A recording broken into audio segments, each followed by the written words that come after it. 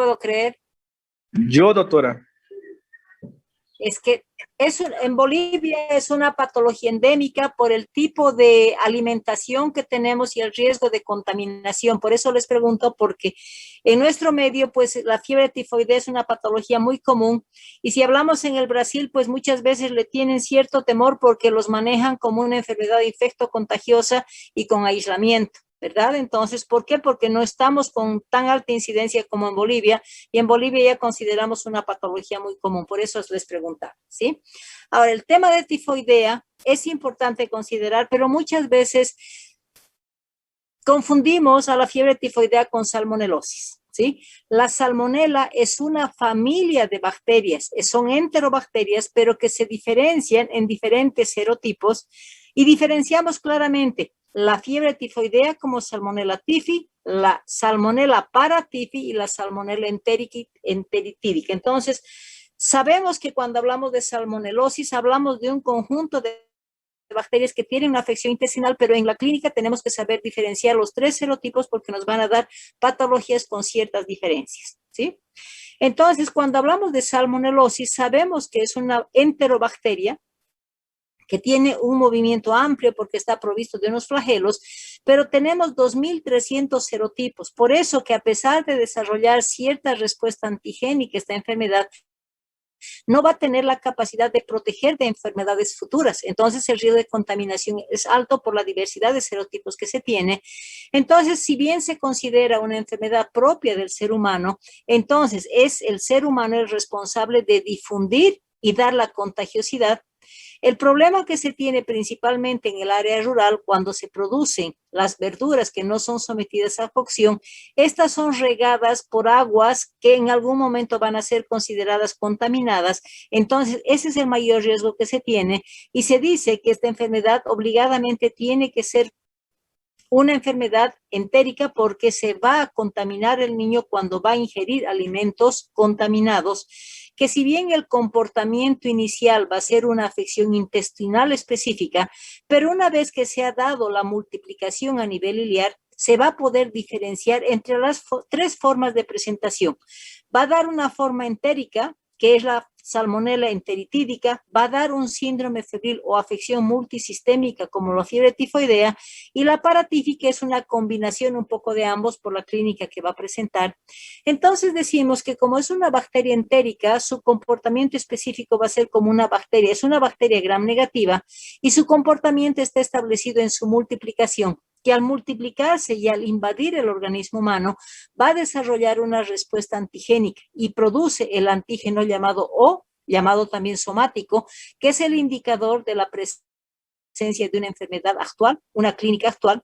Hablamos del antígeno H, llamado también el antígeno del recuerdo, porque se lo designa también como flagelar, pero es aquel que se va a presentar cuando ya ha cursado el clínico, por eso se considera una memoria del recuerdo, y el antígeno B, que no tiene significado patógeno. Dentro de ese comportamiento de bacteria gram negativa llamada salmonella inicialmente, se consideran tres formas de presentación clínica. Una que va a estar representada por la salmonella tifi, dando la fiebre tifoidea, la salmonella paratífica, que va a tener un comportamiento intestinal muy similar a la salmonella tifi, pero la salmonella entérica, que tiene un exclusivo hábitat del intestino, inicialmente delgado para después migrar al intestino delgado. Por eso se le dice salmonella entérica, porque afecta primero el intestino delgado y después migra a su hábitat, que es el intestino grueso. Entonces, cuando ya diferenciamos estos tres tipos de salmonella, hablamos de la patología que es más grave, que es la fiebre tifoidea. Cuando se considera la fiebre tifoidea, su nombre nos dice, no, fiebre. Y como tiene el riesgo de infectocontagiosidad, por eso se la llama la enfermedad infectocontagiosa bacteriana, que tiene un curso agudo clínico, pero su condicionante es que va a determinar una afección multisistémica. Por eso se le dice que es la patología que va a tener multiplicidad de órganos afectados. Por eso se dice que una vez que se ha dado la bacteremia, se va a dar la afección multisistémica, considerada como la fiebre tifoidea o su agente, la salmonella tifi. De hecho, todas las salmonelas tienen un origen entérico, pero como es una patología exclusivamente del ser humano, pues es el ser humano el responsable de convertirse en algún momento portador o aquel enfermo que va a eliminar las bacterias a través de las heces fecales, y la consecuencia de esa eliminación discreta, cuando tenemos un mal saneamiento básico, principalmente, va a tener la condición de infectar las aguas que son utilizadas para el riego principalmente de las verduras, y estas verduras que no son sometidas a cocción, pues van a ser el riesgo, si no son desinfectadas adecuadamente, van a ser el riesgo de contaminación. Al mismo tiempo, consideramos un animal que es portador de la Salmonella typhi, que es la gallina, entonces también considerado el huevo como factor de riesgo, pero el huevo crudo o el huevo más cocido.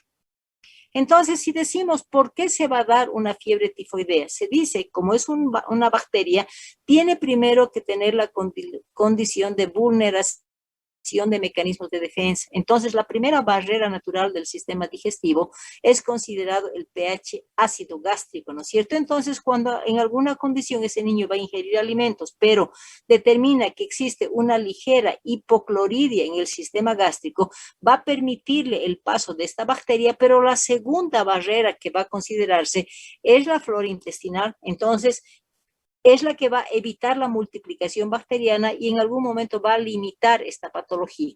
Pero cuando se han vulnerado estos dos mecanismos de defensa, va a ingresar la bacteria al sistema digestivo y se va a localizar principalmente en el intestino delgado. Y la misión que se tiene en este nivel es su multiplicación. Para que se dé un cuadro de una fiebre tifoidea o Salmonella typhi, necesita un alto número de bacterias si consideramos el inóculo efectivo entre 100 a 1 millón de bacterias. Una vez, como hemos dicho, que es el intestino delgado el que va a ser el ambiente de multiplicación de esta bacteria, cuando llega a un inóculo adecuado, recién esta bacteria se va a considerar invasiva para determinar la invasión del sistema linfático y el sistema hemático. Entonces se va a considerar que una vez que ha invadido el sistema digestivo, esta bacteria tiene una capacidad de invasión del epitelio intestinal, pero el primer punto de invasión va a ser precisamente el intestino delgado, el ilio, donde se va a dar la invasión, se va a dar como respuesta a esa invasión, un proceso inflamatorio, y es en esta etapa donde nos va a mostrar esa inflamación iliar, la manifestación clínica de una diarrea, pero una diarrea secretora por la condición de inflamación iliar. Su condición de multiplicación va a ser precisamente a nivel intracelular, o sea, va a invadir los macrófagos, donde se va a dar su multiplicación y su supervivencia en los macrófagos, para finalmente empezar, cuando tenemos un número de bacterias con un nivel patógeno, se va a empezar a dar la liberación de endotoxinas, la inflamación, y nos va a dar un cuadro clínico inicial de una Salmonella typhi. Para que se dé la propia clínica, tiene que establecerse diferentes pasos. El primer paso hemos dicho que va a ser la invasión a través de alimentos contaminados, vulneración de mecanismos de defensa, localización en el intestino delgado, donde va a producir un proceso inflamatorio, y la respuesta de ese proceso inflamatorio va a ser presentar la manifestación clínica de una diarrea secretora, caracterizada por ser una diarrea simplemente líquida, abundante, porque su nombre nos dice, ¿no? Está secretando líquido intraluminalmente, entonces son diarreas abundantes, líquidas, como una manifestación clínica inicial. En este momento se va a confundir como cualquier otra diarrea infecciosa, porque todas las bacterias van a tener este comportamiento. Pero una vez ha llegado la multiplicación amplia y ha logrado el número de bacterias considerándose un inóculo importante, se va a establecer la etapa invasiva. Y esta etapa invasiva está marcada porque, como estas bacterias se encuentran en la mucosa a nivel del ilio, va a utilizar las placas de Peyer para poder traspasar la pared intestinal y dar la invasión del sistema linfático. Una vez que se ha dado la invasión del sistema linfático, va a poder invadir también el torrente circulatorio, y eso se va a dar también con afección hepática. Por lo tanto, el momento en que se va a dar la invasión del sistema hemático, se va a determinar la bacteremia generalizada, y esta bacteremia va a marcar el ciclo inicial, vamos a decir, de especificidad de la clínica de la tifoidea, porque va a afectar múltiples órganos. Por eso se habla de una afección multisistémica o multiorgánica. Al mismo tiempo decimos, si se está dando ese proceso, ¿qué alteración anatomopatológica se va a dar en el intestino? Ya sabemos, ¿no es cierto?, que el periodo inicial está dado por la invasión a nivel del ilio. En el ilio va a producir una inflamación y ocasionalmente, como es una bacteria enteroinvasiva, a nivel del ilio puede presentar unas pequeñas ulceraciones que se pueden manifestar eventualmente con pequeñas hemorragias. Pero lo que marca el estado clínico de la tifoidea es la invasión en los 4 momentos que se determina o las 4 semanas que son parte de la manifestación clínica de una tifoidea, donde la primera semana, ¿qué es lo que va a producir? Lo que se va a llamar la tumefacción medular de la primera semana no es más que el proceso inflamatorio que se va a dar a nivel iliar, manifestándose, hemos dicho, con una diarrea secretora. También se ha determinado de que por la enteroinvasividad que va a dar esta bacteria va a producir unas pequeñas úlceras. Y al mismo tiempo, esta ulceración puede producir necrosis del tejido y va a depender de la magnitud de necrosis o de la profundidad de esta ulceración, que cuando se va a tomar todo el espesor del intestino, puede llegarse a producir la perforación intestinal, que es una de las complicaciones más temidas y más frecuentes de la tifoidea.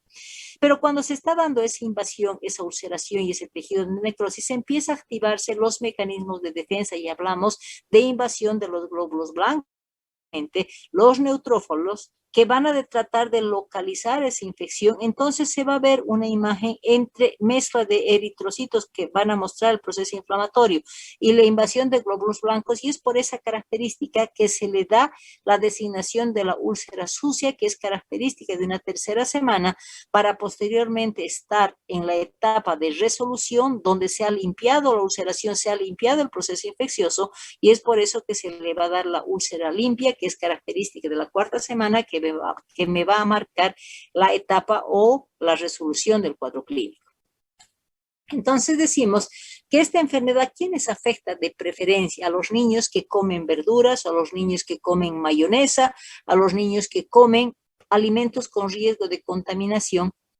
Pero el cuadro clínico está determinado por una etapa de 4 semanas, porque la clínica está diferenciada claramente en cada una de estas semanas, y de hecho el riesgo de contaminación, el riesgo de infección, vamos a decir, va a ser durante el periodo clínico e incluso en la etapa de posinfección, cuando ese niño se vuelve un portador.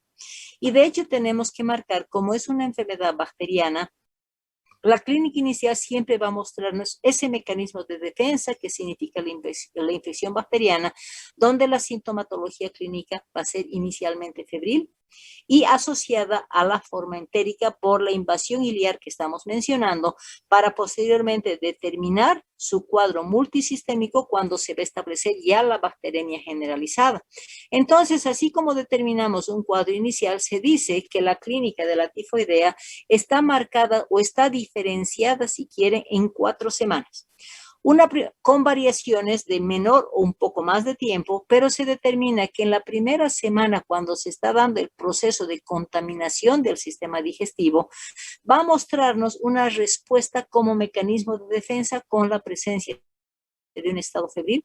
Inicialmente va a ser de poca intensidad, porque no van a ser muchas las bacterias que van a invadir, porque hemos dicho, ¿no?, que la multiplicación se va a dar a nivel del ilio, donde se va incrementando la curva febril. Por eso hablamos de una intensidad variable.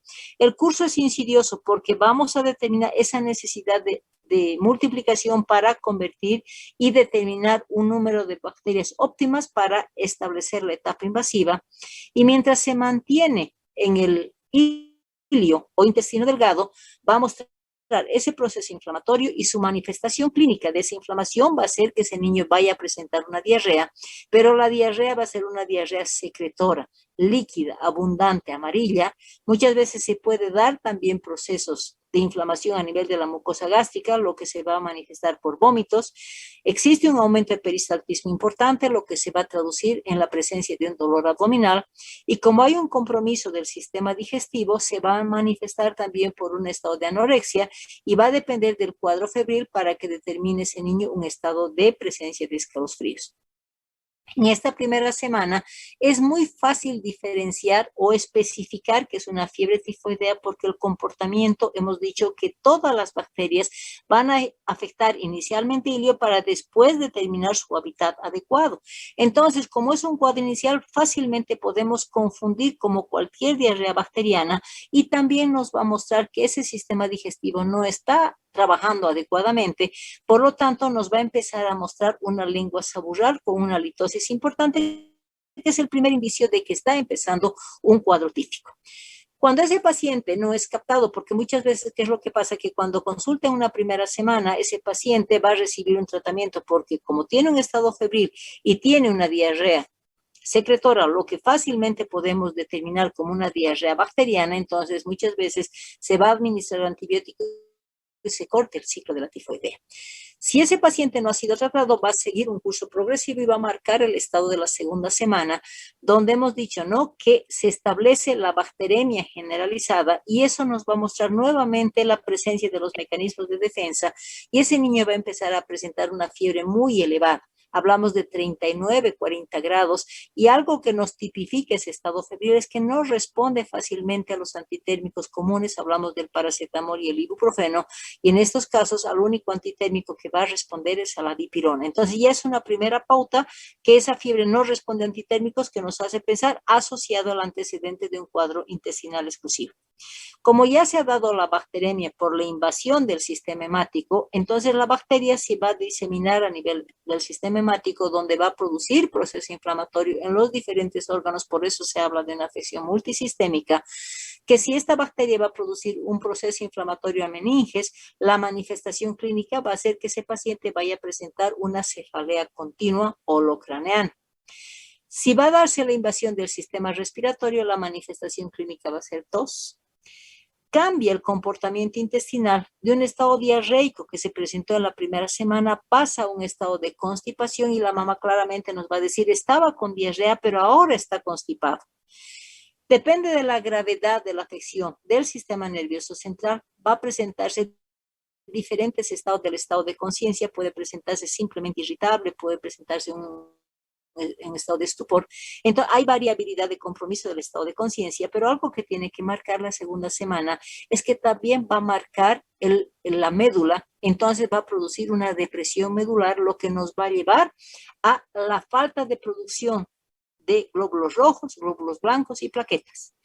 Y lo que buscamos es una manifestación clínica donde el paciente puede presentar un poquito de anemia, una palidez generalizada, pero leve, pero lo que sí me marca la trombocitopenia es la presencia de epistaxis. Como existe mucha vascularización a nivel nasal y por el estado febril, entonces se va a dar la epistaxis que es característica de la tifoidea. Entonces, si ya tenemos ese antecedente de un cuadro diarreico, más la presentación de esta afección multisistémica, entonces, ¿qué tenemos que hacer?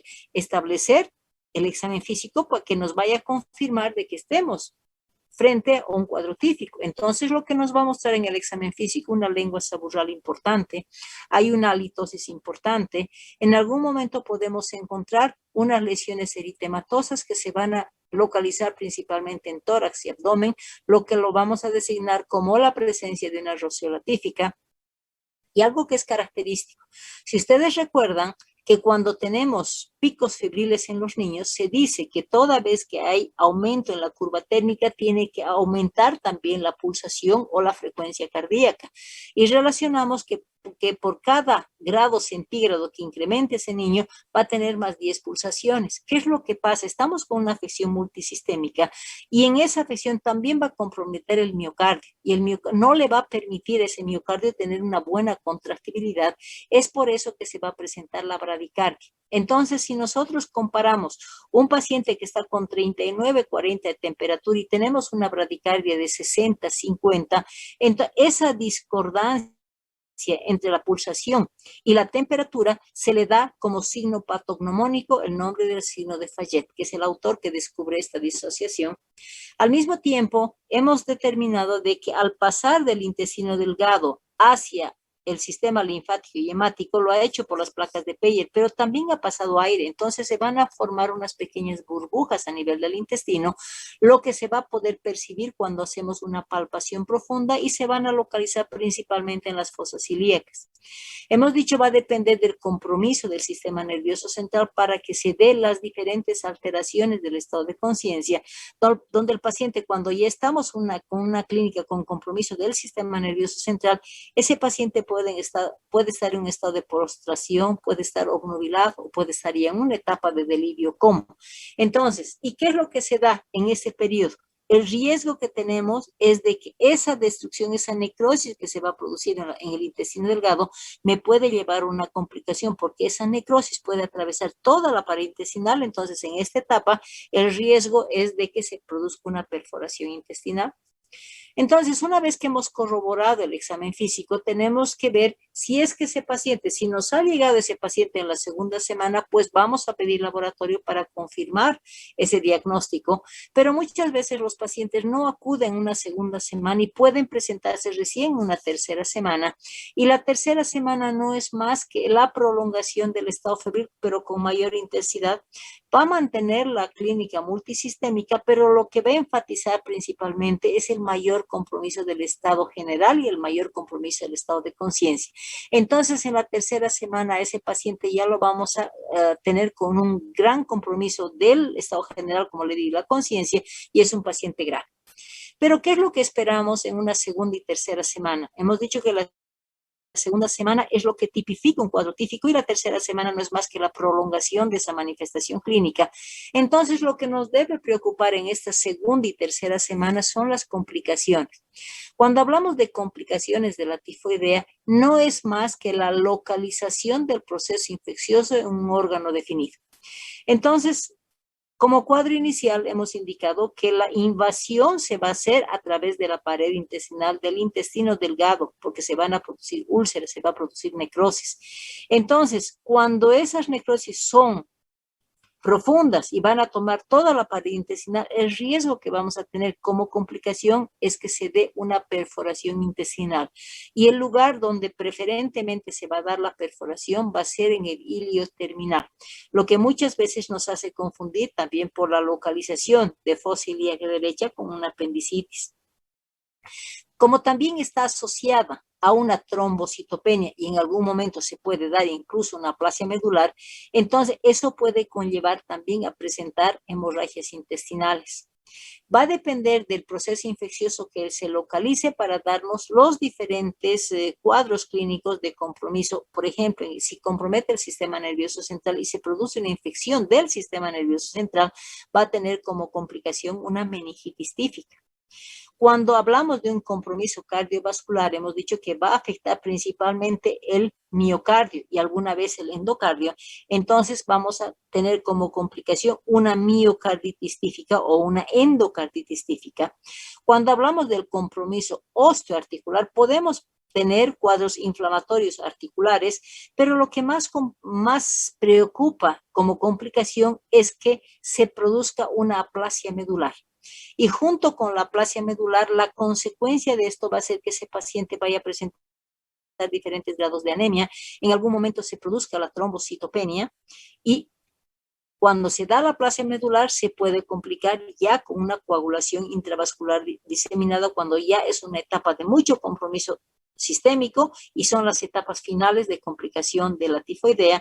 Y finalmente, si ese paciente va a estar con un grado de inmunodepresión principalmente, ese cuadro típico se puede traducir en un cuadro mucho más grave que se va a considerar ya un estado de descompensación general, considerando el shock endotóxico. Si es que ese paciente no ha presentado complicaciones y tiene una buena respuesta inmunológica, va a lograr controlar el proceso porque hemos dicho que se produce una respuesta inmunológica. Entonces, es hacia ese proceso que va a determinarse una cierta respuesta de declinación del cuadro clínico y se va a establecer en la cuarta semana, donde lo primero que nos va a mostrar que ese niño va a empezar a declinar el estado febril, va a mejorar el estado general, va a mejorar el estado de conciencia, van a mejorar la sintomatología clínica. Entonces, tanto afección del sistema nervioso central, afección miocárdica, afección renal. Pero, ¿qué es lo que nos preocupa? Que si bien hay una remisión clínica de este cuadro clínico, tenemos el alto riesgo que la bacteria vaya y se localice y se aloje en las vías biliares principalmente, determinándose el estado de portador crónico, lo que nos va a condicionar que ese niño que cuando se dé alguna situación de baja inmunidad, pues pueda presentar nuevamente el cuadro típico. Además, el riesgo del portador es aquel paciente que va a eliminar continuamente a la bacteria, entonces el riesgo infeccioso está establecido más en portador crónico porque es asintomático y simplemente va a ser el que va a eliminar las bacterias. Una vez que se ha dado el cuadro clínico, nosotros diremos, pues si estoy teniendo un cuadro clínico, seguramente es lo que se va a presentar, pero en la misma tifoidea, dependiendo de diferentes factores, se van a establecer 4 formas de presentación. Cuando ese paciente es un inmunodeprimido, por ejemplo, no nos va a durar 4 semanas. Ese cuadro clínico puede ser tan acelerado que puede ese paciente morir hasta en 1 semana. Se lo va a llamar como el cuadro tífico fulminante. Cuando ese niño va a tener un cuadro tífico, pero va a localizar principalmente como complicación su sistema nervioso central, va a tener una manifestación mucho más prolongada, pero con compromiso del sistema nervioso central, entrando en un estado de excitación, delirio o estupor. A eso lo vamos a llamar el estado tífico prolongado, pero cuando demostremos esa afección del sistema nervioso central. Cuando va a dirigirse la complicación principalmente al sistema medular, produciendo una insuficiencia medular, una aplasia o depresión medular, se va a traducir esto con una anemia, una leucopenia y una trombocitopenia importante, y por ese compromiso del sistema medular le vamos a dar el nombre de fiebre tifoidea con manifestaciones purpúricas. Finalmente, cuando estamos hablando del lactante, el lactante no va a presentarnos un cuadro clínico típico como hemos mencionado. ¿Por qué? Porque el cuadro inicial, todo niño lactante que empieza a presentar vómitos y diarrea, de hecho, esa mamá va a acudir a la consulta. Entonces, lo vamos a captar en esa etapa inicial, esa primera semana. Por eso se dice que la tifoidea en un lactante va a ser de lo más inespecífico, porque se va a captar en el periodo inicial, se va a tratar como un cuadro gastrointestinal bacteriano común, entonces se va a cortar el ciclo. Por eso no se permite dar esa especificidad al cuadro de lactante. Por eso se habla de un cuadro clínico inespecífico. Al mismo tiempo decimos, si estamos determinando que esta enfermedad tiene un ciclo clínico así por semanas, así con probabilidad de complicaciones, ni siquiera con un cuadro clínico clásico nosotros vamos a poder decir que es una tifoidea. Entonces entramos en la hipótesis diagnóstico de una tifoidea. ¿Y cómo confirmamos, cómo diagnosticamos la tifoidea? Es por laboratorio. El laboratorio en la primera semana no nos es útil, porque solamente nos va a mostrar que hay una invasión bacteriana y no tenemos un cuadro que nos permita definir que es una tifoidea, porque simplemente tiene un comportamiento intestinal como cualquiera de las bacterias. Entonces, en esa primera semana, si nosotros queremos investigar, el hemograma, por ejemplo, simplemente me va a mostrar la presencia de la bacteria con una leucocitosis con desviación a la izquierda. El único momento que yo puedo decir que es una tifoidea cuando le pido un coprocultivo, porque es la Salmonella typhi que está en el intestino. Entonces el único medio de diagnóstico en una primera semana va a ser el coprocultivo que me identifique a la Salmonella typhi. Si estamos hablando del diagnóstico ya en la segunda semana, es en esta etapa donde nos va a dar una especificidad clínica, entonces le vamos a pedir un hemograma. Pero como el hemograma nos va a mostrar la depresión medular, entonces vamos a tener como condicionante un hemograma con una leucopenia importante. Vamos a tener también neutropenia y una eosinofilia. Como mi marcador es la depresión medular, podemos encontrar diferentes grados de anemia y diferentes grados de trombocitopenia, desde cuadros leves hasta moderados. Entonces, este hemograma es típico de una tifoidea. En algún momento podemos encontrar transaminasas elevadas. También por la afección hepática podemos encontrar un ligero aumento de bilirrubinas, que no es típico de una tifoidea, pero sí se considera como laboratorio. Pero si hablamos de especificidad de laboratorio, ¿qué consideramos? Es importante la diferenciación de una primera y segunda semana. O sea, yo tengo que identificar que ese hemograma está en la segunda semana de la etapa clínica, que es característica porque hemos dicho que la primera semana simplemente me dice que es un hemograma con leucocitosis izquierda. En cambio, la segunda semana mi marcador es la leucopenia o la pancitopenia. Si hablamos de especificidad, el laboratorio que es específico para diagnóstico de tifoidea va a ser el ELISA, donde nos va a reportar. También consideramos el ELISA a partir de la segunda semana. Para la primera semana no me sirve. Entonces el ELISA va a reportar con la presencia de IgM, que me dice que ese niño está cursando un cuadro clínico actual, o la presencia de la IgG, que me va a decir o está en la cuarta semana o en estado de recuperación, o ese paciente ya cursó su curso clínico, porque recordemos que la IgG es del recuerdo y la IgM es marcador de un cuadro clínico actual. Muchas veces no disponemos de un estudio de ELISA. nos puede servir la reacción de Vidal, que es donde es el laboratorio que se hace en muchos hospitales, pero no hay especificidad en la reacción de Vidal. Pero ¿cuándo nos es útil? Dependiendo de la dilución. Si tenemos una dilución de 1:40 y 1:80, por ejemplo, no es tifoidea. El indicador de que ya está una tifoidea, que no es grave, hablamos de una dilución de 1:160, que me permite en algún momento hacer tratamiento ambulatorial porque no hay un compromiso marcado del estado general. Entonces hablamos de un inicio de cuadro clínico de tifoidea en una segunda semana. Cuando consideramos una dilución de 1:320 y más cuando estamos hablando de una dilución de 1:640, ya es confirmatorio de tifoidea y me dice que ya es un estado de gravedad. Entonces, con esas diluciones vamos a considerar la posibilidad de internación. Pero como consideramos que la segunda semana es una clínica específica y que está en la etapa de la bacteremia, todos los cultivos me van a ser positivos. Hablamos de un hemocultivo, hablamos de un mielocultivo, un coprocultivo, un cultivo de bilis que no se hace mucho en los niños, o duodenal que tampoco se hace, y el urocultivo. Entonces estamos hablando de esa diseminación de esa bacteremia con la afección de múltiples órganos, y donde la busquemos a la tifoidea, pues la vamos a encontrar a través de todos los cultivos. Al mismo tiempo decimos, si estamos hablando de niños que tienen un cuadro clínico, pero ya me llegan complicados, entonces es importante diferenciar si son cuadros iniciales o son complicaciones típicas.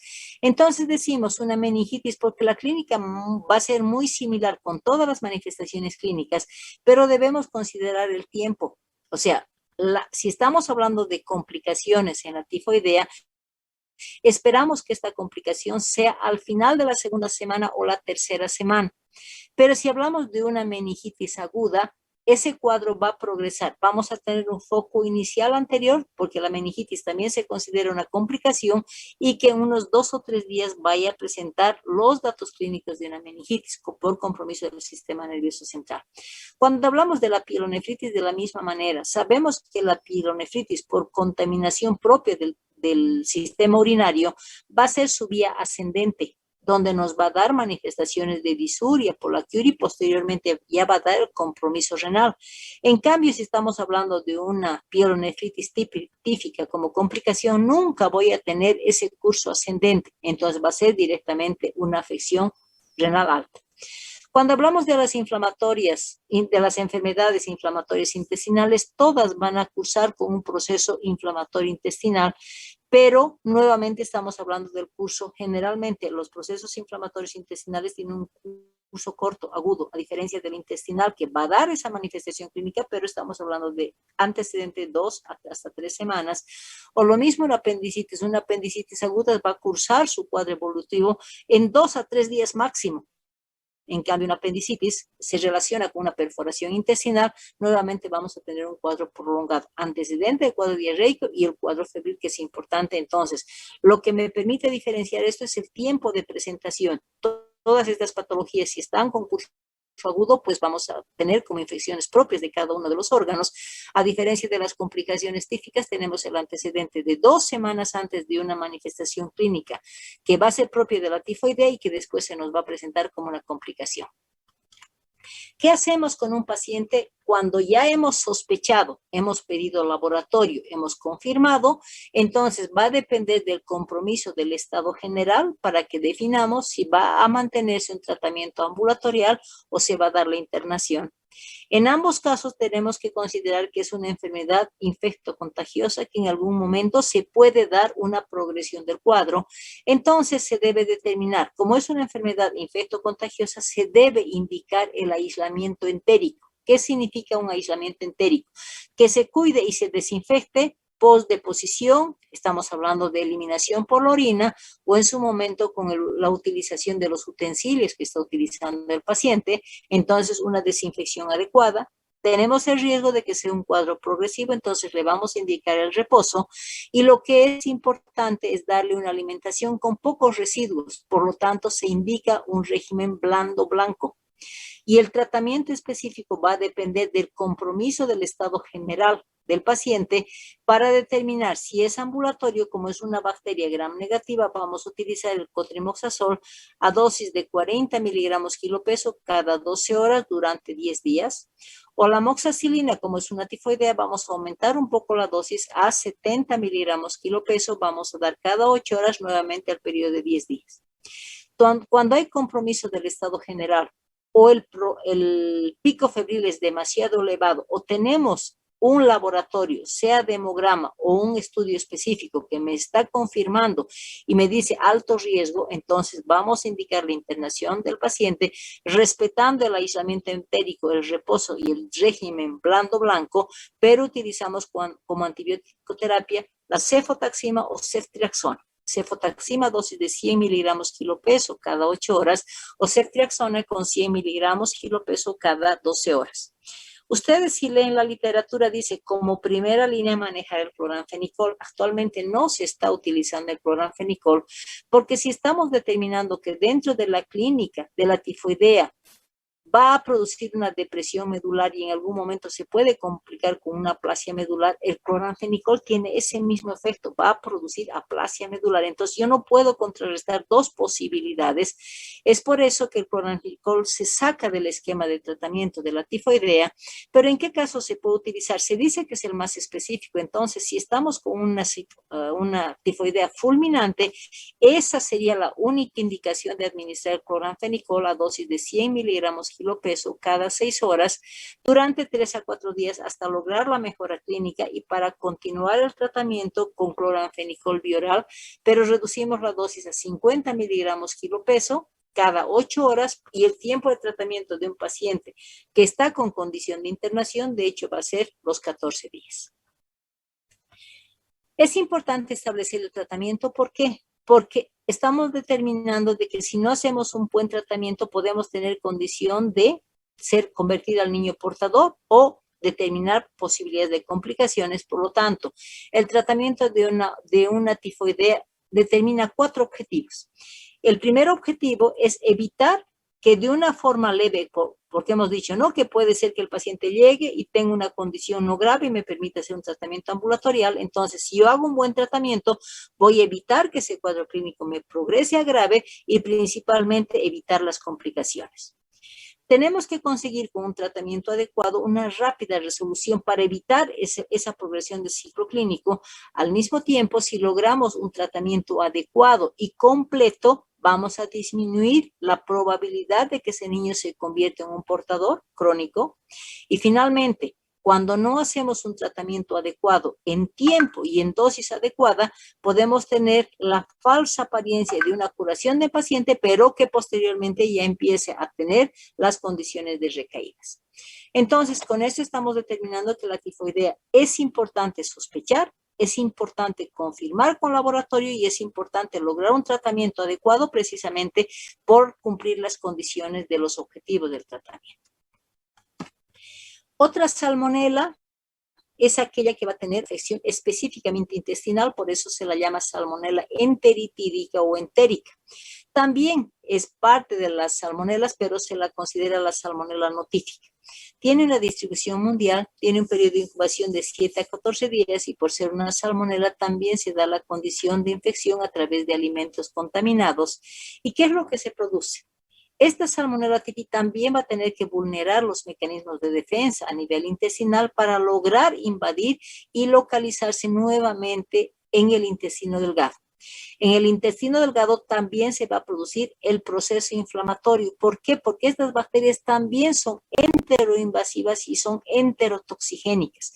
Entonces, como su objetivo de mantenerse en el hilo es su multiplicación para lograr un número de bacterias, para lograr invadir el intestino grueso, es que en el momento en que se mantiene en el intestino delgado, pues van a producir inflamación y como manifestación clínica nuevamente van a manifestar con la diarrea.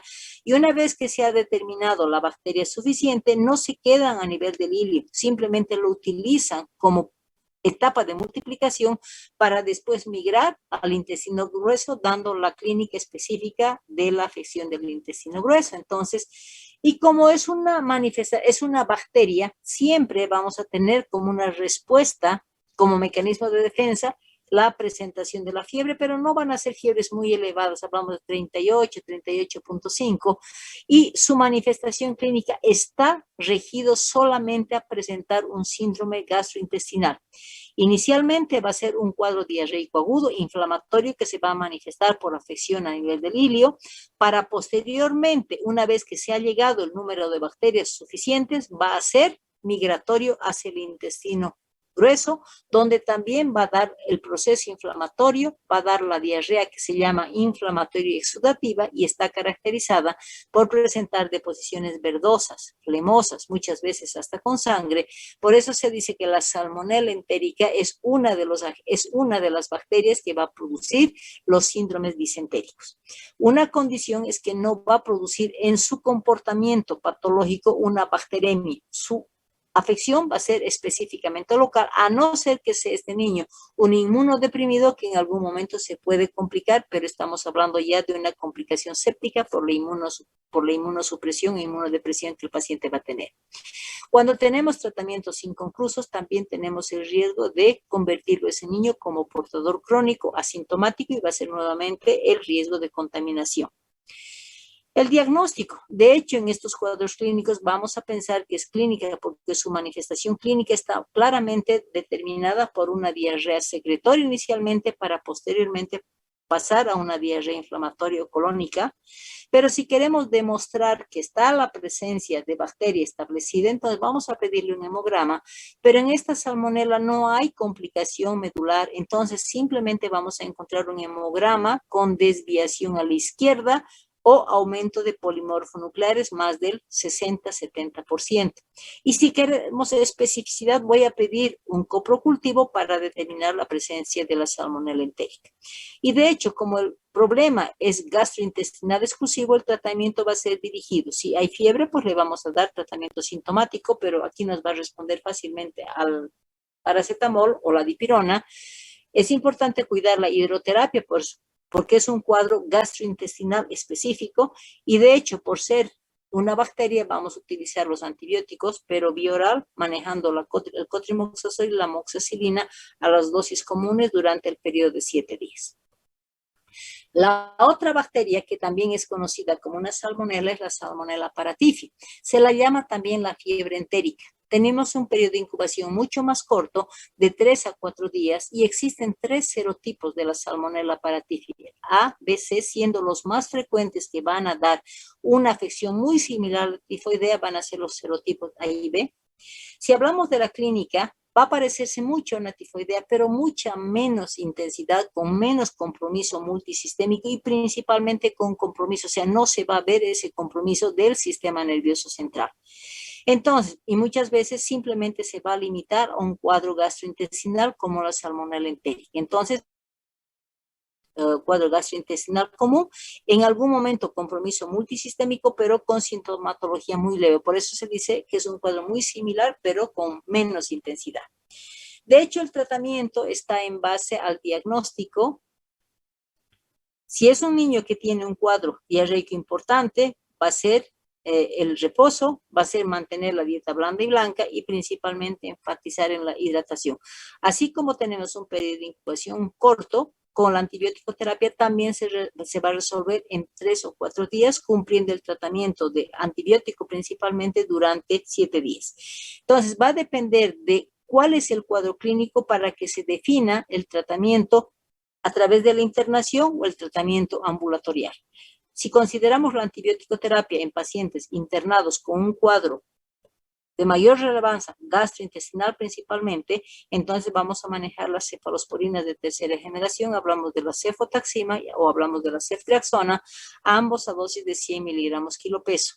Pero si es un paciente que está presentando un cuadro más leve, donde no hay compromiso del estado general, vamos a manejar la citromicina a dosis de 10 miligramos por kilo de peso cada día durante el periodo de 5 días.